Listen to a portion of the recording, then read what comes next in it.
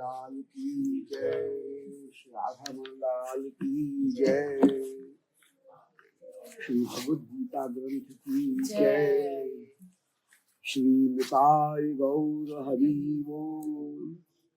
श्री गोविंद जय जय गोपाल जय जय गोविंद जय जय गोपाल जय जय। श्री राधा रमण हरि गोविंद जय जय, श्री राधा रमण हरि गोविंद जय जय। गोविंद जय जय गोपाल जय जय गोविंद जय जय गोपाल जय जय, श्री राधा रमण हरि गोविंद जय जय, श्री राधा रमण हरि गोविंद जय बोल जय। वृंदावन बिहारी लाल की जय। ओम नमो भगवते पुराण पुरुषोत्तमाय। ओम जयत पराशर सूनु सत्यवती हृदय नंदनो व्यास कृष्णाय वासुदेवाय हरे परमात्मने पुरतक्लेश नाशाय गोविंदाय नमो नमः। वंदे हम श्री गुरु श्रीयुतपद कमलम श्री गुरु वैष्णवांश्च श्री रूपम साग्रजातम सहगण रघुनाथान्वितम तम सजीवम साद्वैतम सावधूतम परिजन सहितम श्री कृष्ण चैतन्य देवम श्री राधा कृष्ण पादान सहगण ललिता श्री विशाखान्वितांश्च। बोलो श्री वृंदावन बिहारी लाल की जय। संपूर्ण उपनिषद संपूर्ण शास्त्र की सारूप श्रीमद् भगवद गीता, उनके 18वें अध्यायों में 6 अध्यायों के 3 षटक हैं। 6 अध्यायों के 3 भाग हैं। पहले 6 अध्यायों में कर्म योग, दूसरे 6 अध्यायों में भक्ति योग और तीसरे 6 अध्याय में ज्ञान योग। इनमें भक्ति योग के अंतर्गत एक सार का अध्याय 9वां अध्याय, जिसका नाम है राज गुह्य योग, माने गुह्य का भी राजा, उसको कहेंगे राजगुह्य। राजगुह्य योग का इसमें वर्णन किया गया है।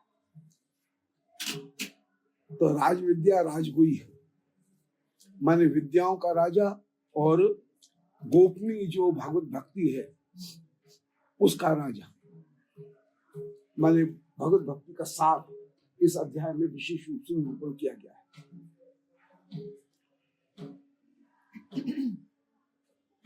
ये 9वां और 10वां अध्याय श्रीमद् भगवद गीता का ये भक्ति का सार रूप है। आलो बैठो।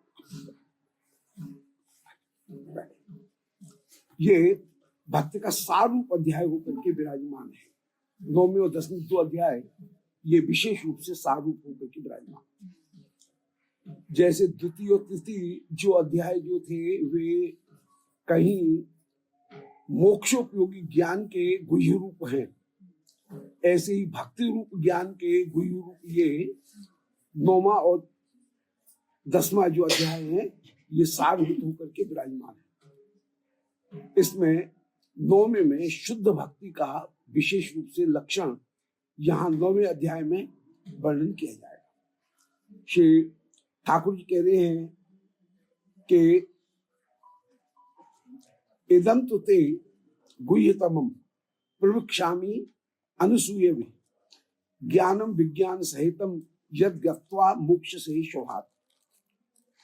कि अरे अर्जुन, अब मैं तेरे सामने गुह्यतम बात कह रहा हूं। ये प्रतिज्ञा पूर्वक कोई बात कही जा रही है, इसका मतलब है कि कोई बहुत महत्वपूर्ण बात है। तो पहले प्रतिज्ञा करके ही कि मैं गुह्यतम बात अब तेरे सामने कहता हूं। तू मेरा परम प्यारा है। यहां ज्ञान विज्ञान सहित जो भक्ति है उसका मैं तेरे सामने वर्णन करूंगा।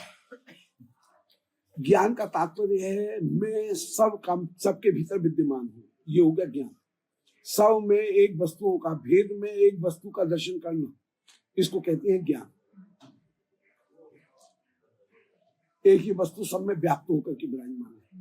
जैसे मैं ही सब में विराजमान हूं, श्रीमद् भगवद गीता में भगवान अपनी तर्जनी उंगली से अपने वक्षस्थल का स्पर्श करते हुए कहते हैं कि अहम एवा समेवाग्रे नान्यत् सत्परम पश्चाद हम यतश्चेदम यो विशिष्यत सोस्म हम। इस श्लोक में 3 बार अहम अहम अहम शब्द का प्रयोग किया गया, माने मैं ही हूं, मैं ही हूं, मैं ही हूं, कोई दूसरा नहीं है। ये त्रिवाचा भर के इस बात को कहा गया कि सबका आश्रय पदार्थ मैं ही होकर के विराजमान हूं। ये तो यहां पर भी, यहां पर प्रवक्ष्यामि अनसूये वे प्रवक्ष्यामि अहम शब्द का प्रयोग करके मैं तेरे सामने अब गुह्यतम जो बात है उसको कह रहा हूं। तो ज्ञान का तात्पर्य है जो वस्तु सौम्य व्याप्त हो, सबका आश्रय हो, उसको हम ज्ञान कहेंगे। विज्ञान कहेंगे कि वो जो वस्तु है वो सर्वदा सर्वदा कहीं न कहीं किन्हीं गुणों से युक्त है, उसको निर्विशेष या निर्गुण नहीं कहा जा सकता है, कोई न कोई गुण है। श्री शंकराचार्य भगवत्पाद ब्रह्म का जो सत्यम ज्ञान अनंतम ब्रह्म सच्चित आनंद, ये जो ब्रह्म के लक्षण बताए, अभी कह रहे हैं कि यदि उसको अन्वय मुख से वर्णन किया जाएगा तो ब्रह्म सीमित हो जाएगा। जो सीमित वस्तु है उसको ही इदमित्व रूप में वर्णन किया जा सकता है, इसलिए निषेध मुक्त उसका वर्णन करो। तो सत्य का अर्थ श्री शंकराचार्य भगवत्पाद करेंगे कि असत्य प्रतियोगी। अभी कोई बात हुई क्या कि जो असत्य नहीं है तो कुछ तो होगा ही। अब वो क्या है, वे कह रहे हैं वो सब कुछ है, परंतु उसको हम कह नहीं सकते हैं। कहेंगे तो जो भी वस्तु कही जाएगी वो या तो देश की सीमा में आ जाएगी या काल की सीमा में आ जाएगी। देश और काल की सीमा में आने पर वह सीमित हो जाएगी। इसलिए क्योंकि ब्रह्म व्यापक है और यदि उसका वर्णन कर दिया तो वो कहीं मध्यम आकार हो जाएगा, विभु आकार नहीं रहेगा। और विभु आकार होने न होने के कारण जब उसका वर्णन श्रुति करती है तो श्रुति सर्वदा निषेध मुख से, व्यतिरेक मुख से उसका वर्णन करती हैं, साक्षात मुख से नहीं करती हैं। परंतु ये बात कहीं वैष्णव जो आचार्य हैं उन लोगों को ये बात कहीं स्वीकार्य नहीं होती है।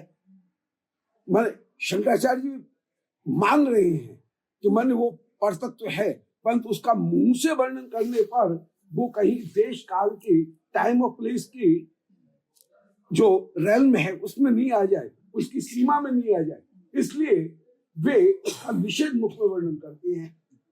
परंतु वैष्णवगण और श्री शास्त्र वेद वे ये कहते हैं कि नहीं, कि जहां वह असत प्रतियोगी है वहां पर वह सत्य भी है, सत्य को नकारा नहीं जा सकता है।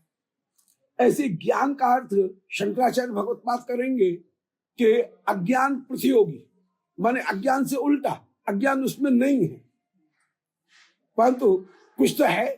अज्ञान नहीं है तो ज्ञान तो होगा ही होगा, तो ज्ञान का निषेध नहीं किया जा सकता है। सत्यम ज्ञान अनंतम ब्रह्म वो सीमितता का प्रतियोगी है, परंतु वो असीमित है, तो असीमित अर्थ तो कहीं न कहीं निकलेगा ही।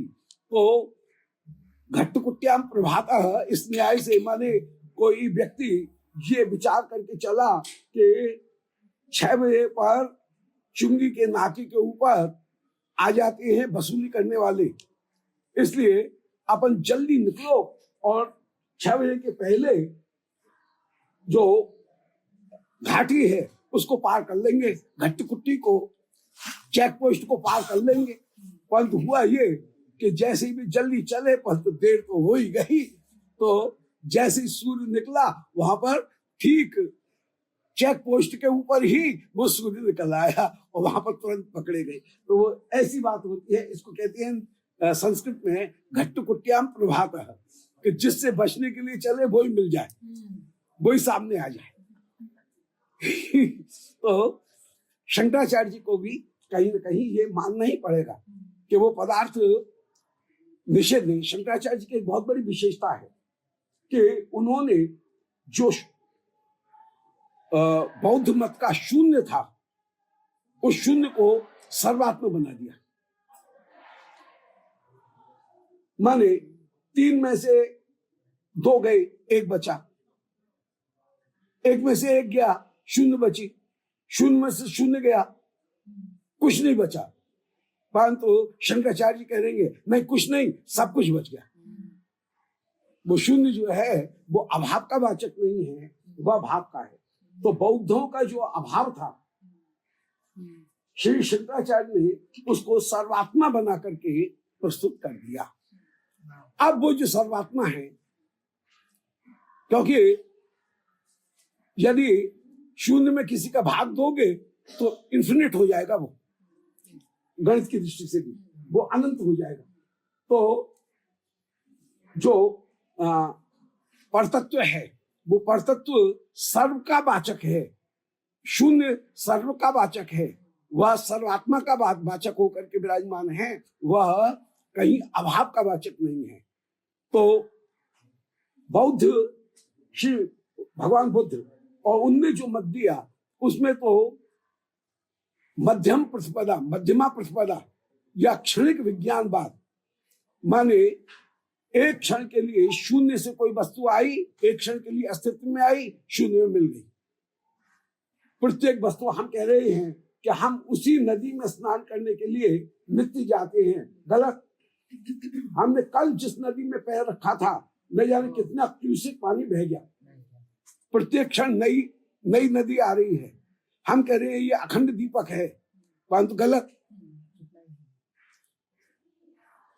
वैष्णवगण ये कहेंगे कि बौद्ध ये कहेंगे कि नहीं, प्रत्येक क्षण नई ऊर्जा प्रकट हो रही है, नए अणु प्रकट हो रहे हैं और वे 0 से प्रकट हो रहे हैं, 0 में जाकर के लीन हो रहे हैं।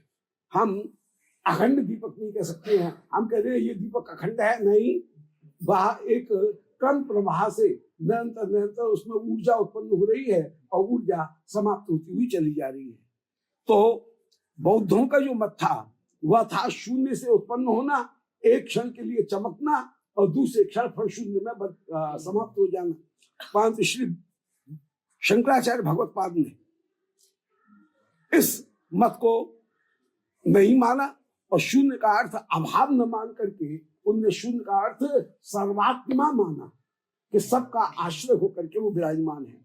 अब वो जो सर्वात्मा है, वो सर्वात्मा शक्ति से रहित नहीं है, उसमें कोई न कोई शक्ति अवश्य विद्यमान है। अतः सत का अर्थ असत प्रतियोगी नहीं है, ज्ञान का अर्थ अज्ञान प्रतियोगी नहीं है, आनंद का अर्थ दुख प्रतियोगी नहीं है, बल्कि वह सत, चित और आनंद वह ज्ञान रूप भी है, वह अस्तित्व उसका भी विराजमान है और वह आनंद रूप होकर के भी विराजमान है। और उसकी जो शक्तियां हैं, उन शक्तियों को ही हम विशेष कहेंगे। विशेष का तात्पर्य है कि है तो अभिन्न परंतु भेद दिखे, अभिन्न होते हुए भी भेद दिखे। जैसे नीला कमल, नील कमल, अब उसमें जो नीला रंग है वो कमल से अलग नहीं है परंतु अलग दिख भी रहा है। कहने में, व्यवहार में तो नील और कमल ये विशेष और विशेष 2 चीज अलग अलग दिख रही हैं, परंतु तत्वतः नील वह कमल का स्वरूप ही है, वह उससे अलग नहीं है। तो भेद प्रतियोगी अभेद, भेद प्रतिनिधि अभेद, इसको विशेष कहेंगे। तो प्रत्येक वस्तु में कहीं ना कहीं कुछ विशेष विराजमान है, ब्रह्म में भी कोई विशेष विराजमान है। जैसे सत्ता सती, सत्ता है तो है कि एक क्रिया आ गई, इसका मतलब क्रिया क्रियावान का भेद वहां पर विद्यमान है। भेदो भिन्ना, कागज लेकर के फाड़ा तो भिन्न हुआ, परंतु उसमें क्रिया भी आ गई, टूटा भी है और उसमें टूटने की क्रिया भी आ गई है। तो भेदो भिन्ना, कालो, काल सर्वदा, काल सर्वदा है, तो जो सर्वदा है वही तो काल है, परंतु उसमें कहीं गुण भी कहीं आ गए। तो जहां अभेद होते हुए भी भेद दिखे उसका नाम विशेष है। जैसे कमल और नील ये 2 अलग अलग वस्तु नहीं है, परंतु फिर भी नील को कमल से, नीले रंग को कमल से अलग महसूस किया जाता है, अलग न होते हुए भी उसका अलग वर्णन किया जाता है। ऐसे जो ब्रह्म पदार्थ है, परतत्व है, वह परतत्व कहीं न कहीं गुणों से युक्त है। इसलिए यदि कोई ये कहे कि वह परतत्व निर्गुण है, ऐसा नहीं है, वह गुणों से युक्त है। अब गुणों से युक्त होकर के उसके गुणों का सर्वोत्तम प्रकाशन कहीं है तो वो कहाँ है? बोलो श्री राधारमण लाल की जय। राधारमण लाल में उसके गुणों का सर्वोत्तम प्रकाशन कहीं प्राप्त होगा जहां माधुर्य है। और श्री राधारमण लाल का, श्री कृष्ण का जो स्वरूप है वो यद्यपि मध्यम आकार दिख रहा है, यशोदा मैया उसे बांध रही है, परंतु शास्त्र ये कहते हैं कि वह मध्यम आकार दिखने के लिए मध्यम आकार है, उसमें विभुता की कमी नहीं है। और इसको 3-3 बार कहीं यशोदा मैया ने अनुभव किया, ठाकुर ने जमाई ली और सर्वात्मा का दर्शन कर लिया। इसका मतलब मध्यम आकार होते हुए भी विभु है, उसके भीतर जीव जगत स्वरूप शक्ति अपने आप को भी कन्हैया के मुख में यशोदा जी ने देख लिया। ऐसे ही जहां डोरी बांध रही है कन्हैया की कमर में, वो बांध रही है दामोदर से, वहां पर बड़ी से बड़ी डोरी छोटी हो रही है। तो श्री कृष्ण का मध्यम जो आकार है, वो मध्यम आकार उनकी सीमितता का वाचक नहीं है, वह उपासना की दृष्टि से परम परम उपास्य होकर के माधुर्य का प्रतिपादक है, परंतु वह सीमितता का वाचक नहीं है। इसलिए सत्यम परम धीमहि, जहां श्रीमद् भागवत में कहा गया परम का तात्पर्य श्री कृष्ण ही है। तो वो जो परतत्व है, वो परतत्व सदा सदा गुणों से युक्त होकर के, विशेष से युक्त होकर के विराजमान है। और विशेष से युक्त होकर के विराजमान होने के कारण श्री भगवत भक्ति वह सेव्य सेवक भाव से कहीं की जा सकती है। तो भगवान यही कह रहे हैं कि ये गुह्यतम बात है। ऊपर से दिखने में लगता है कि वो परतत्व सीमित नहीं होगा, देश काल की सीमा से परिच्छिन्न नहीं होगा, परंतु देश काल के सीमा में रहते हुए भी वह विभु है। यह एक अद्भुतता की बात है, बुद्ध धर्माश्रयता की बात है। तो इदम गुह्यतमम, मैं गुह्यतम बात अब तेरे सामने कह रहा हूं। ज्ञानम विज्ञान सहितम, इस ज्ञान को, ज्ञान माने सबका आश्रय वो एक है, विज्ञान का तात्पर्य है उसमें विभिन्न शक्तियां विद्यमान है। तो अनुभव जन्य जो ज्ञान है, जहां पर भेद का भी अनुभव हो, ऐसे ज्ञान को विज्ञान कहेंगे, उसके सामने कह रहा हूं। अब ये विविध प्रकार की जो विद्याएं हैं, उनके राजा श्री भगवत भक्ति ही है। तो भगवान ने भक्ति की महिमा में कहा, राज विद्या राजगुह्यम पवित्रम निर्मुत्तमम प्रत्यक्षावगमम धर्मम ससुखम कर्तुमव्ययम। भगवत भक्ति राज विद्या है। मान जितनी भी विद्या हैं, जीव के यथात्म का निरूपण करने वाली जो विद्या है, ऐसी विद्या का भी यह राजा होकर के विराजमान है। जीव का माने जैसे राजदंत का तात्पर्य है कि दांतों के बीच में सर्वश्रेष्ठ हाथी के दांत, उसको राजदंत कहेंगे। ऐसे राज विद्या का मतलब है कि जीव जगत ईश्वर इनका वर्णन करने वाली जितनी भी विद्याएं हैं, उन सबों की विद्याओं में गीता का यह 9वां अध्याय राज विद्या होकर के विराजमान है, सर्वोत्तम प्रतिपादन करने वाला होकर के विद्यमान है। और सर्वोत्तम प्रतिपादन जो तत्व श्री राधारमण लाल, उनका यह वर्णन करने वाला है। राज विद्या, राज गुह्यम, गुह्यम का तात्पर्य है जो मूल्यवान वस्तु होती है, वो मूल्यवान वस्तु छिपा करके रखी जाती है, छिपा करके दी जाती है और छिपा करके ली जाती है। ऐसे ही श्री कृष्ण नाम मंत्र दीक्षा, वह सदा छिपा करके ली जाएगी, मंत्र को छिपा करके रखा जाएगा, उसका उच्चारण नहीं किया जाएगा और छिपा करके ही उसको गुरुदेव कृपा करके अपना दुपट्टा जो है उसको उड़ा करके कान में उस मंत्र का उपदेश करेंगे। तो राजगुह्यम परम परम गोपनीय है। गोपनीय होने का मतलब है अत्यंत मूल्यवान है। जो अत्यंत मूल्यवान वस्तु है उसको दिखाया नहीं जाता है, उसको छिपा करके रखा जाता है। तो ये पवित्रम इदम, तो राजगुह्य भी है। तो राज विद्या माने जिसके द्वारा परतत्व को जाना जाए और आनंद की परम सीमा को प्राप्त किया जा सके, ऐसे विधि का नाम है विद्या। आनंद के परतत्व को जाना जा सके और परम तत्व जो पदार्थ है उसका बोध और आनंद का बोध, उसको बताने वाली जो विद्या है, ज्ञान है, उसका नाम है विद्या। और ये विद्या की राजा है। सर्वश्रेष्ठ पदार्थ कौन सा है और उस श्रेष्ठ पदार्थ को प्राप्त करके उसका आनंद कैसे किया जा सकता है। तो ये विद्या सर्वश्रेष्ठ भी होना चाहिए और आनंद की प्राप्ति भी उसके द्वारा होनी चाहिए। यदि किसी सेवक को, मूर्ख सेवक को राजा ने चंदन का बगीचा अपना दे दिया गिफ्ट में, और उसने विचार किया लकड़ी मिल गई, ये मुझे चंदन मिल गए हैं, तो चंदन मिल गए तो चंदन को जला करके उसने कोयला बना लिया और कोयले के भाव में बेच दिया। अब मूर्ख है कि नहीं। तो सर्वश्रेष्ठ वस्तु को प्राप्त करना और उसका उपयोग भी करना, ये दोनों आना चाहिए। तो राज विद्या उसे कहेंगे कि कौन सी वस्तु कितनी मूल्यवान है और उसका कैसे उपयोग किया जाए। ये दोनों बताने वाली जो वस्तु है, वो दोनों बताने वाली वस्तु श्री भगवत गीता ही के ये 9वें अध्याय में भगवत भक्ति है। भक्ति ही राज विद्या है, वह राजगुह्य है, परम परम मूल्यवान है। पवित्र, अब पवित्र का तात्पर्य है भक्ति से बढ़कर के सारे पापों को दूर करने वाली, प्रारब्ध को भी नष्ट करने वाली कोई दूसरी वस्तु नहीं है। ज्ञान के द्वारा संचित क्रियमान 2 कर्म तो नष्ट हो जाएंगे, परंतु प्रारब्ध कर्म नष्ट नहीं होगा। परंतु भक्ति ये पवित्र माने प्रारब्ध कर्म को भी नष्ट करने वाली है।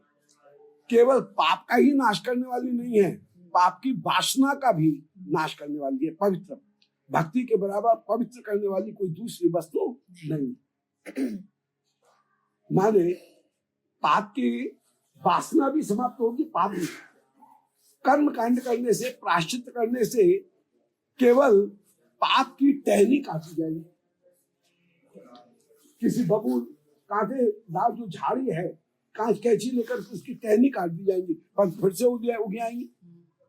ज्ञान कैसा है कि भाई कांटे का कोई झाड़ है बेरिया का, और उसमें पेट्रोल डाली और आग लगा दी, चलो ऊपर से जल गया वो पूरा, परंतु उसकी जड़ अभी हरी है, फिर से उसमें अंकुर निकल आए।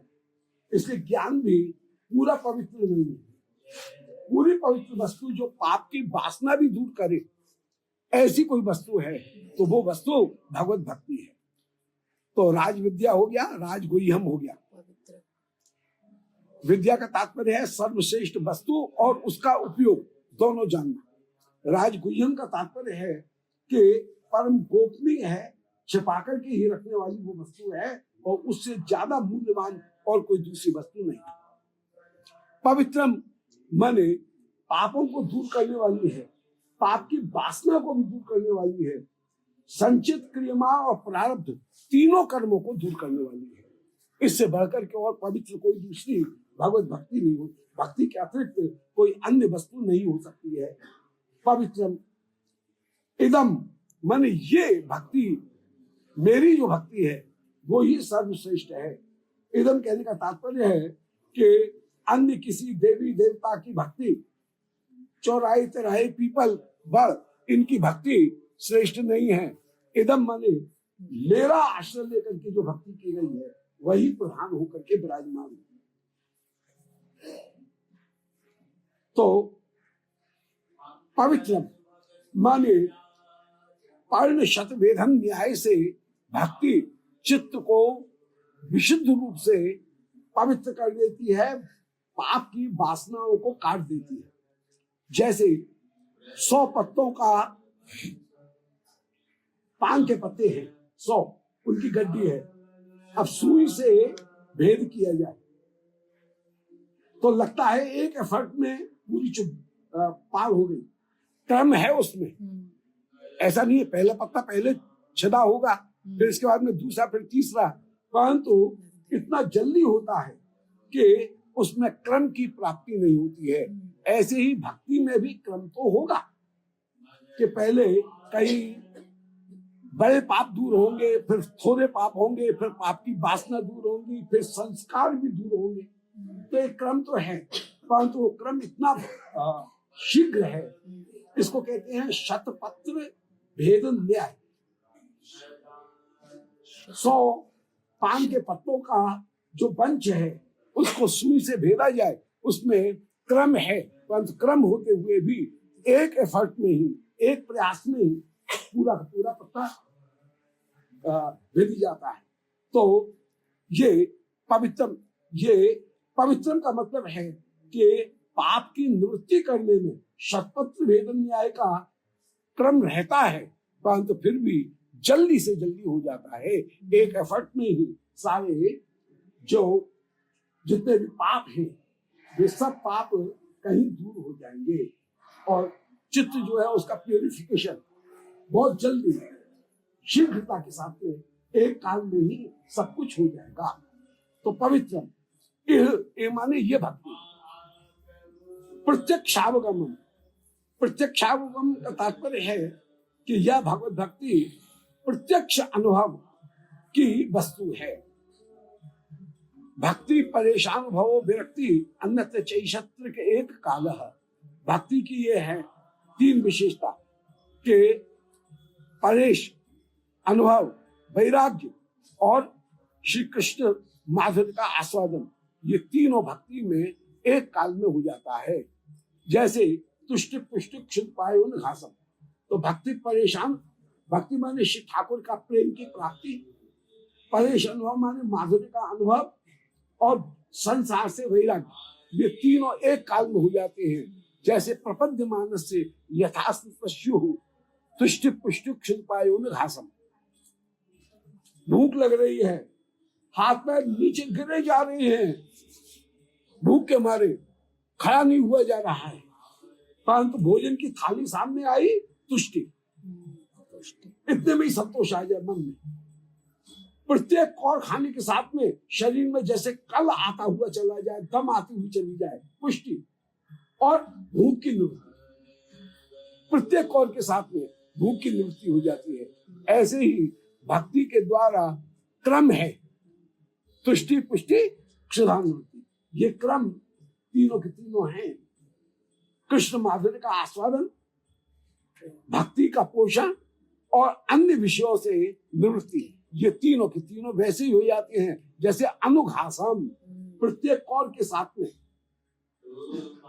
जो तुष्टि पुष्टि क्षुधानुवृत्ति ये जैसे हो जाती है, ऐसे ही भक्ति कृष्ण माधुर्य, भक्ति के हृदय में संतोष, उसके प्रेम का पोषण और विषयों से निवृत्ति, ये तीनों एक साथ होती हुई चली जाती हैं। तो प्रत्यक्षावगमन भक्ति प्रत्यक्ष अनुभव करने का विषय है। इसमें आनंद का प्रत्यक्ष अनुभव, तुष्टि पुष्टि और क्षुधानुवृत्ति, इन तीनों का प्रत्यक्ष अनुभव इसके द्वारा होता है। संतोष का प्रत्यक्ष अनुभव अपने शरीर और इंद्रियों का सदुपयोग, श्रेष्ठतम उपयोग भक्ति के द्वारा सबसे ज्यादा होता है और क्षुधा की निवृत्ति होती है। अब प्रत्यक्षावगमन, ये प्रत्यक्ष रूप में भक्ति की महिमा देखी जा सकती है। धर्म्यम, धर्म्यम का तात्पर्य है कि यदि अन्य कोई धर्म नहीं किए जाए और भक्ति रूप धर्म को किया जाए तब भी कुछ नुकसान नहीं होगा, और भक्ति नहीं की गई और अन्य धर्मों में लगे रहे तो ठन ठन पाल कुछ प्राप्त होने वाला, हाथ लगने वाला नहीं है। इससे धर्म या विशेष रूप से मुख्य धर्म है।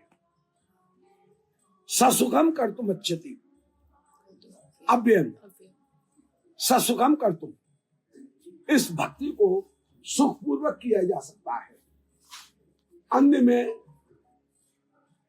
साधन अवस्था में सुख की प्राप्ति नहीं है, परंतु भक्ति में साधन अवस्था में भी आनंद की प्राप्ति होने लगती है। श्रवण काल में भी कहीं आनंद की प्राप्ति होती है, एकदम प्रारंभ में, तब से आनंद की प्राप्ति। इसलिए भक्ति का की अपूर्वता बता रही है कि भक्ति जैसी है वैसी अपूर्व कोई दूसरी वस्तु नहीं है। ससुखम कर तुम, भक्ति को सुख पूर्वक किया जा सकता है। फिर अव्यय, भक्ति की एक विशेषता बताई, अव्यय, भक्ति कभी भी नष्ट नहीं होती है। कोई गोविंद नाम का दर्जी अपनी दुकान पे बैठ करके बखिया कर रहा है, सिलाई कर रहा है, बटन टाक रहा है, किसी ने आवाज दी अरे गोविंदा है, उसने अपनी सुई को वही के वही अटकाया गया। अब जब लौट करके आएगा तो ये थोड़ी है कि उसने जो सिला हुआ है वो समाप्त हो जाएगा, वो योग्य तो बना रहेगा। ऐसे अव्यय, हमने जितना भजन कर लिया वो भजन अव्यय है, वो नष्ट नहीं होने वाला है। और पूर्व जन्म की अपेक्षा उत्तर जन्मों में भजन की तीव्रता और ज्यादा बढ़ती है। आज भरत के हृदय में जितनी तीव्रता थी, जब वे मृग होकर के उत्पन्न हुए तो उनकी तीव्रता और बढ़ गई। जब मृग से वे जड़ भरत होकर के विराजमान हुए तो तीव्रता और ज्यादा बढ़ गई। इंद्रद्युम्न अपने महलों में बैठ करके भजन कर रहे हैं, उनमें जितनी तीव्रता थी उस तीव्रता से जब वे गजेंद्र होकर के विराजमान हुए तो तीव्रता और ज्यादा बढ़ गई। चित्रकेतु राजा भगवत भजन कर रहे हैं, परंतु जब वृत्रासुर होकर के वे प्रकट हुए तो उनका भजन और भी ज्यादा बढ़ गया। तो इसका तात्पर्य है अव्यय, भगवत भक्ति अव्यय होकर के ही विराजमान है। तो वो अव्यय होकर के दंडो, तो अव्यय होकर के भगवत भक्ति निरंतर निरंतर विराजमान है। तो भक्ति की एक बहुत सुंदर परिभाषा दी, उनके गुणों को एक जगह सूचीबद्ध कर दिया, लिस्टेड कर दिया कि राज विद्या पर तत्व को जानने में और आनंद का अनुभव करने में सर्वश्रेष्ठ है। राजगुह्यम अत्यंत मूल्यवान है, राज विद्या राजगुह्यम पवित्रम, पाप की निवृत्ति जैसे भक्ति के द्वारा होती है ऐसी किसी दूसरे के द्वारा चित्त को पवित्र करने वाली कोई दूसरी वस्तु नहीं है।